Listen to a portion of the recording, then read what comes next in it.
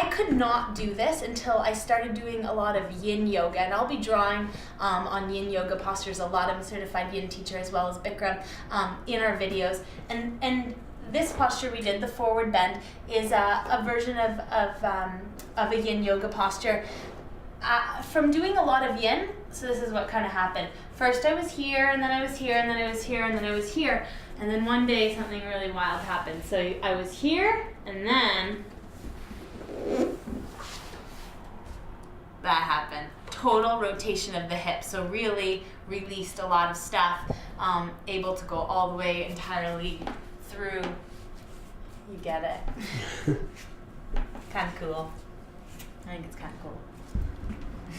Because this can be very, very intense. We hold a lot of stuff in the hips.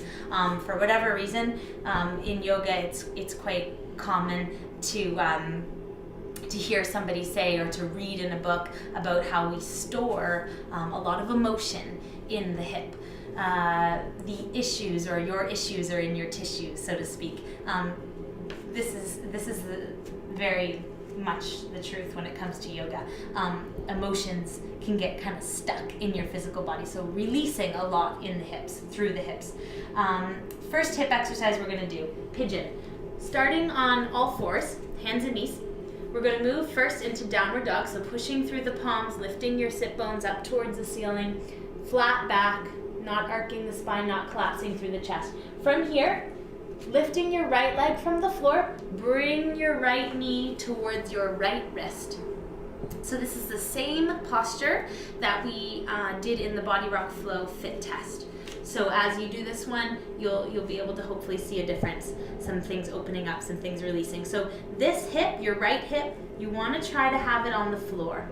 The left leg, the left hip is coming forward. So instead of your hip turning out, your hips are square this way. So right hip down, top of the left thigh also down. If that's not working out for you, so if you bring your knee forward and you're here, you can put a pillow or a blanket, a bolster, often used in yoga. You can put something, it doesn't matter what, something soft here so that there's no space between the floor and your butt. So there'll be something here so that you can release the muscles.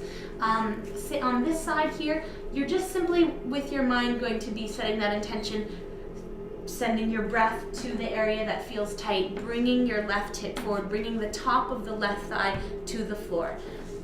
From here, once your hip is down, even if you have the cushion there, you may be just staying here for 5 breaths or longer and breathing.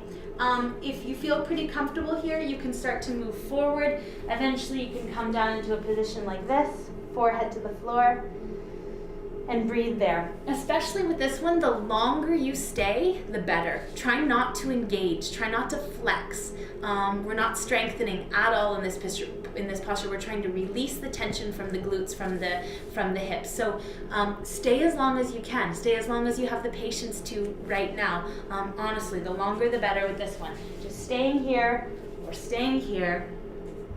Breathe and just focus on releasing that area.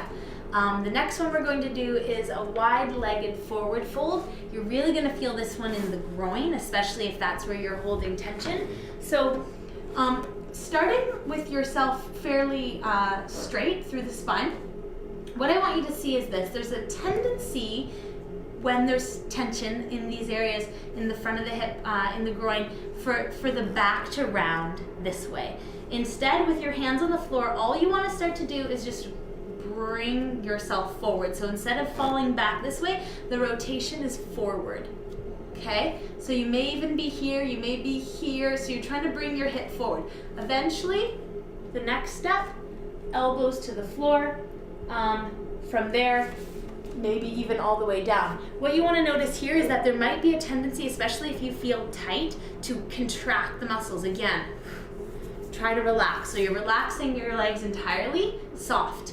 And then from here, just coming forward, keeping the muscles soft. You can do anything with your arms that feels comfortable for you. Again, just try not to tense up here. Try to just be soft as you can.